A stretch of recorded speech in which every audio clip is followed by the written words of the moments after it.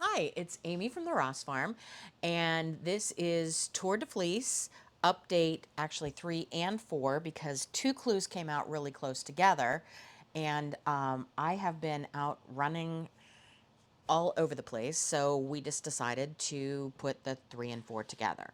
So let's get into it. I have a lot of really cool things to tell you about today, so I'm really excited to be here with you. First of all, someone asked about our mobile control room that we used when we were out of town a couple of weeks ago to do the first clue. So I wanted to give you a kind of a behind the scenes look at what we used when we were on the road. Now remember, John is a television director by trade, so this is a tiny little control surface and laptop that he uses to record live while we're on the road. Nothing I do is actually edited. We do everything live because that's his talent, that's his bag, that's how we do it. So this is his little adorable little control surface that he takes on the road with him, and then that was our little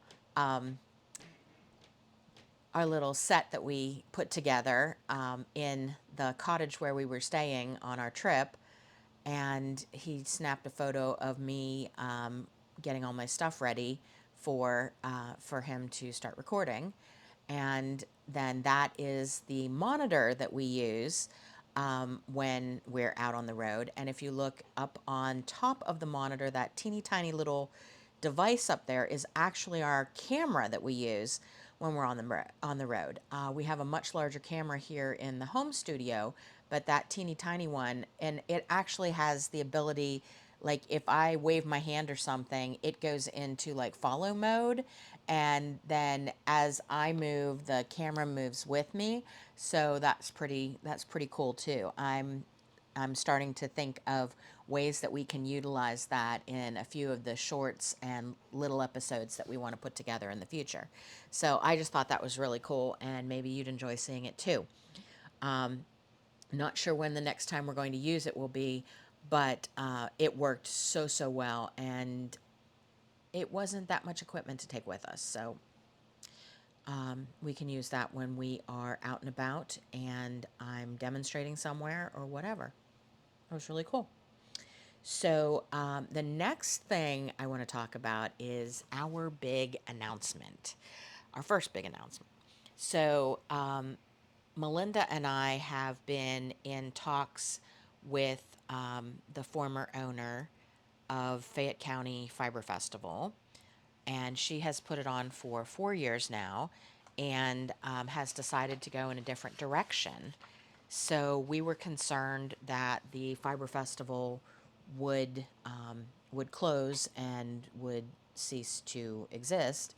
And we've already lost the Waynesburg Fiber Festival, and before that there was one in Washington many years ago.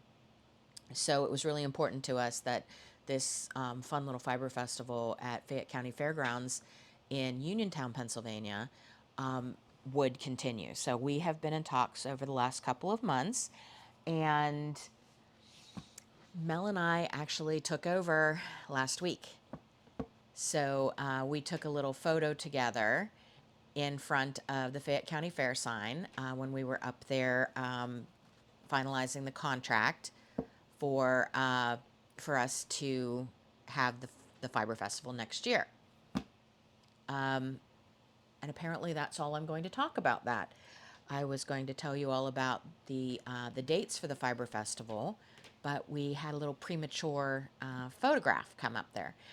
So the next year's Fiber Festival will be June 19th. It's a Saturday, and it will be in Uniontown, Pennsylvania, at the Fayette County Fairgrounds, and we will have a fleece and fiber show and sale. And we're trying to have a sheep to shawl or fleece to shawl competition, or maybe fleece to scarf. Haven't really firmed up any of that yet. We are getting ready to launch our vendor applications, and we're really excited to move forward with this and to add a few things that are important to Mel and I to the Fiber Festival as well. Next year will pretty much be business as usual, with the exception of adding the Fiber Festival, the Fiber Show, and the Fleece to Shawl. But after that, we're looking to add a few more wrinkles as we move forward. So I hope that you'll hop on board with us and help us to make this a really, really great show in southwestern Pennsylvania. I would like to build it really big because that fairgrounds is kind of enormous and there's a lot of room for growth there. And it's just maybe 45 minutes to an hour outside of Pittsburgh. So I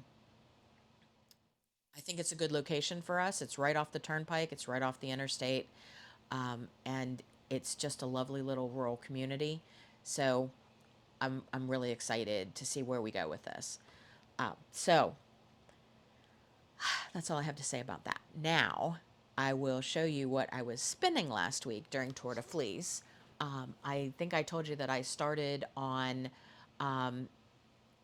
day 4 of our advent calendar from last year from World of Wool. It was called No Comment, and that was the dessert that was a pineapple ring and a banana and a cherry and was sort of interesting looking. And then on the right is Gobble Gobble, which was day 5. And that was a Blueface Leicester Merino Bamboo blend. And it wanted to be very, very, very fine. So you'll see on the left, that spin is probably a DK worsted. And the Gobble Gobble turned out to be a fingering weight. These are both 2-ply. Because they're 50-gram skeins, I don't break them down and put them on 2 bobbins. I just do a center pull ball. And No Comment was merino, banana, and pineapple fiber. So that's why it's a little bit odd looking, we'll say. So I'm really excited about that too. Those were both really, really fun spins. And in a minute, we'll talk about, actually, we could talk about that now. Right now, I just finished spinning and I'm getting ready to ply day 6, which is called Blame the Dog. And it is a Brussels sprouts themed colorway, very green. You'll see that on the next episode. But it was 67% merino wool and 33% Tussah silk, and it was absolutely delicious to spin. I'm not generally a fan of merino, but this was really nice. It had a longer staple length than most merino I come in contact with, and it was just such a happy, vibrant green that I really enjoyed spinning it. And I spun it up pretty fat because I know that I want to put it together with the other yarn that I spun during Tour de Fleece, which was the day 2, the gingerbready looking one that had all the pops of sari silk in it. I think I'm going to stripe it with that because I think the gingerbready one had pops of green sari silk, and I think this green is going to really complement that, and I think the two of them will play very well together. So I tried to spin it up at about the same thickness as I did day 2 gingerbread, which was actually called, I think, Hansel and Gretel. So Tour de Fleece has been really, really fun. And there's been a lot of other stuff that's been really, really fun. We I made another sheep run, and I think these are pretty close to the last of the new friends coming to live with us at the farm. This this group right here is actually very, very, very special. There are 8 older ewes. They are all Shetlands, and this is the last of the Twin Springs Farm Shetland girls. And when I went down the driveway with them, that was the closing of Twin Springs Farm sheep operations. These are the last of their sheep, and the reason that they're so very, very special is because when Scooter and I started our Shetland flock many years ago,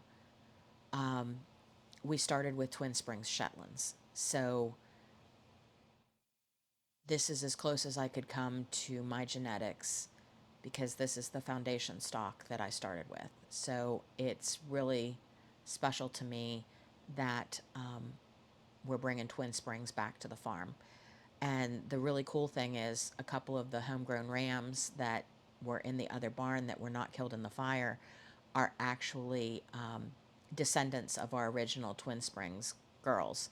So I'll be able to make my genetics up again with these old girls, and they're not terribly old.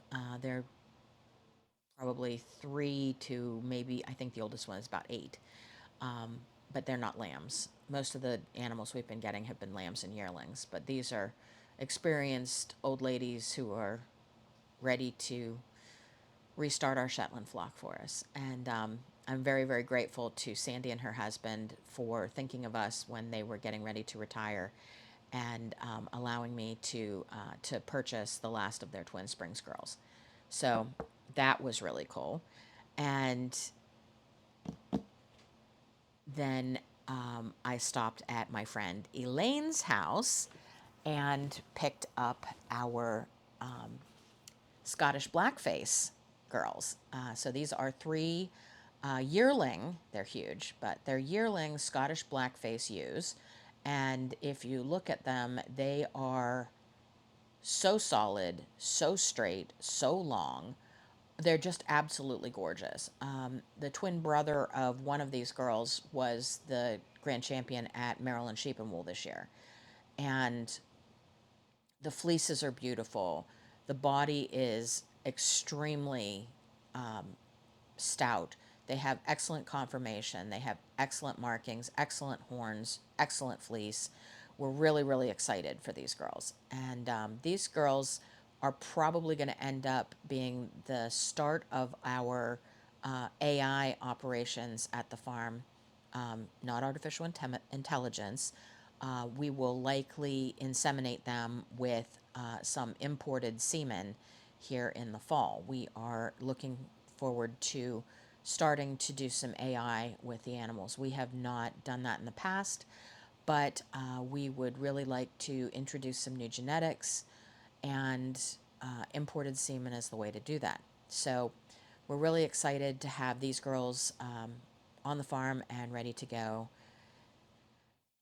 They're just so cute. And Drew and I had always intended to get Scotties, and we have been trying over the last 5 years or so to purchase a starter flock, but we are always like 2 days late for most of the folks around us who raise them, and we didn't really have the ability to drive far distances to pick them up. So this year I thought about it back in March as soon as we started talking about what we were going to add to the farm. I reached out to Elaine just after these girls, just after she had lambed this year, and was figuring out which yearlings would be able to move on, and I reserved 3 of them, and these are the 3 that I chose. So I'm really excited about that. And then I just wanted to show you this year's lambs are growing so well. So that the girl on the right is the mother of the Scottish Ram Lamb there on the left. He is actually the product of artificial insemination on somebody else's property. I bought his mother when he was just a little munchkin, and he came along with her. But he is actually, his father lives in Scotland, and so I'm really, really excited. These are just a few months old, and he's almost as big as his mother. So I'm really, really excited to see what he's going to do as he continues to grow. And I just thought that was a really good picture of him and his mother because I love my Cheviots. And then I wanted to show you, you've heard us talk about our Kerry Hill sheep. These actually belong to Dwayne. We got these for Dwayne. He wanted Kerry Hills. So this is Martha and her son Zeus, also just a few months old, and he is almost as big as she is as well.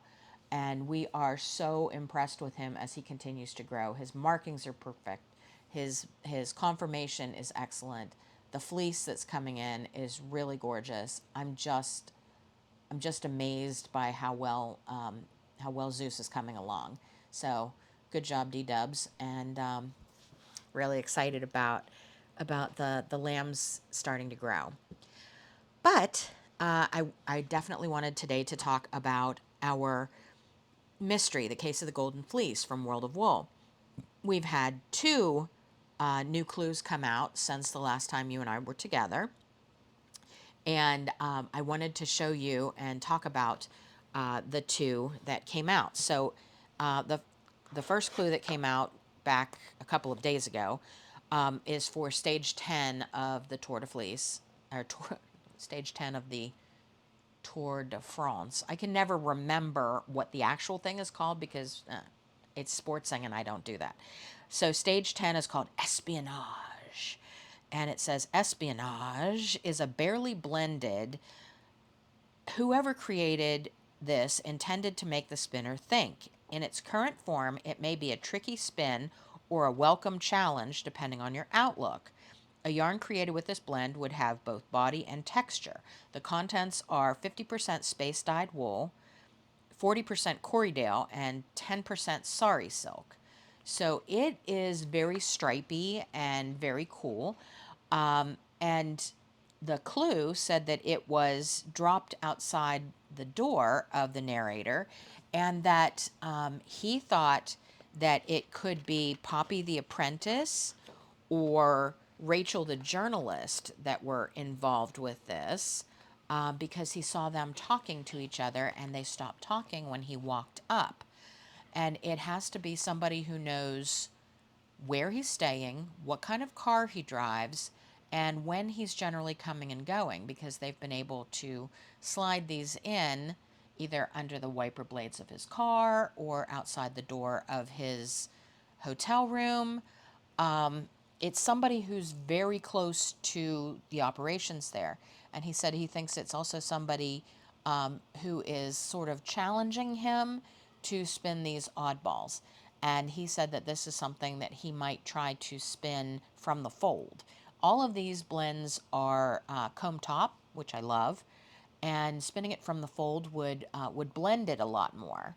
I'm not sure how I'm going to spin this. I'm thinking I'm probably going to try to maintain the colors a little bit. He suggested maybe blending them more, like maybe taking the fiber, and I'm thinking putting it through a drum carder to make more of a bat, and to blend the colors a little bit more. But I really like the colors the way they are. So I'm thinking I may strip it out and kind of spin maybe like a faux fractal. It'll be a 2-ply, so it won't be very fractally, but you know I love a good fractal. So I might just spin it like that. I haven't decided yet, but I'm still leaning toward Poppy the Apprentice in all of this because it's a lot. And then the next clue after that is stage 15, and it's called Enjoy It. And it's kind of a very moody colorway. And what it says here in the book is Enjoy It is a springy blend with a good amount of sheen and good handle. It's an easy spin with fibers designed to complement each other as they are worked with. The color combination is unusual and could give a striking yarn if the spinner intended. And it is 50% Blueface Leicester, 40% Shetland, and 10% Tussah Silk.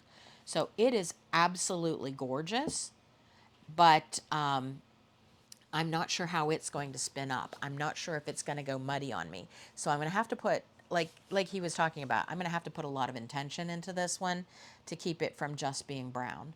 Because there's a lot of depth. There's some reds, some browns, some very dark, either navy or purple. I'm going to have to look at it very, very closely. But the fourth clue said that this one was left for him at breakfast. He said everybody else got cereal or toast, and he got wool blend. So again, it's somebody who really knows his comings and goings. It's somebody who is very close to him. And I'm still leaning toward Poppy. I'm not sure. If you're following along, and again, you can go over to World of Wool and listen to all of the clues. It's audio, not video. So you can listen to all of the clues over on World of Wool. And I'd love to hear who you think it is, because I'm probably going to be very surprised at the end. But it's feeling a lot like Poppy to me right now, because she is, again, she's the apprentice, and she loves to create her own fiber blends. So that's kind of where I'm thinking. I might be very surprised, and it might be Charlotte, who is the master spinner. Maybe she's doing this to make people think it's Poppy, and maybe she's doing it to challenge the narrator to spin different breeds, which I love, or to use different techniques to either blend or separate the color repeats. So I'm really, really enjoying this. World of Wool always does such an excellent box and such excellent blends to begin with. And this mystery it does not disappoint. So I'm really, really excited to keep going with this. We only have two more clues left. So, and they're stage 19 and 21. So I'm sure those will be coming out like fast and furious very quickly. So I'm sure that next week I'll probably be covering clue 5 and 6. And after clue 6, I'm guessing we will know who the perpetrator is and what happened to the Golden Fleece. If you're me, you probably lost the Golden Fleece in your warehouse, and it's probably underneath a bunch of borare. Because that's how my life works right now. I just have a lot of fleeces, and I will not be able to find one if I need to put my hands on it. Unless it's the Grey Trondersal. I know where that is because it just got here. But anyways, so that is my update on the Tour de Fleece mystery box. And also, I just finished Blame the Dog, so I'm going to be spinning up, well, I have 3 to do now: Simplicity, Espionage, and Enjoy It. And I'm really looking forward to spinning also back with the Advent box, because remember, that was my goal for Tour de Fleece, was to spin through the Advent box, and I'm on day 7. And today is like the 15th of July, so I have about 2 weeks left to pick up the pace, I guess. I'm starting to hurt my thumbs spinning so much. But I've also been doing a little bit of stitching, but not much. So anyways, we have another big announcement probably in the next episode, but all I can tell you, if you want a mystery to solve, is that I have to sign some contracts and make some deposits, and PA1 call is coming out to mark underground utilities. So I will give you that mysterious information and see if you can figure out what my next big announcement is going to be, because it's a big one. And it's super exciting. So, once again, you can, I would love for you to like and share the video. Subscribe if you haven't already. We're up to 510, which is super exciting if you're me, because I assumed at the beginning that this would be me and my 6 friends who uh, don't see me very often and wanted to just catch up by watching my video. So go on over to YouTube and follow Ross Farm Fibers. You can email me, info@rossfarm.com, or through their website. You can follow me on Facebook at Ross Farm Fibers or Instagram at Ross Farm. I'd love it if you would hop on over to the website and pick up a few things, because with the inflation right now, everything is about 35% more than the bids were back in March. So we need to raise a little bit more money to get everything done. Luckily, we have a good friend who is a contractor, and we have a good friend who works for a lumber company, and hopefully we'll be able to get some discounts on some materials, but we can't get a discount on dropping the utility lines to move the thing. We can't get a discount on moving it, and we can't get a discount on the building of the foundation. And all of the materials are about 35% more than we thought they were going to be. So, as always, I'm just going to be like completely honest with you. This is where we are. This is what we're doing. And we've got plenty of barn raising t-shirts behind us. So that's probably the quickest and easiest way that you can support the barn moving, is just to pick up t-shirts and tote bags. You don't have to actually find a project or figure out how much yarn you need. But if you are going to be knitting something, please consider any of Thea Coleman's patterns. She has been a huge supporter of ours. She is Baby Cocktails. She designed Ashen she designed Last Word Vest in our Ashen Wensleydale. And we still have some of that left. So if you're thinking about something for fall, that would be amazing. But any of Thea's patterns would be amazing in our naturals. So hop on over to the website, see what you find, see what you like. There's still some funky left too. We've got more going out today. We had a bunch of funky orders come in, so I have to get those shipped before I leave here today. But that's where we are. That's what's going on. And until next time, I'll see you soon.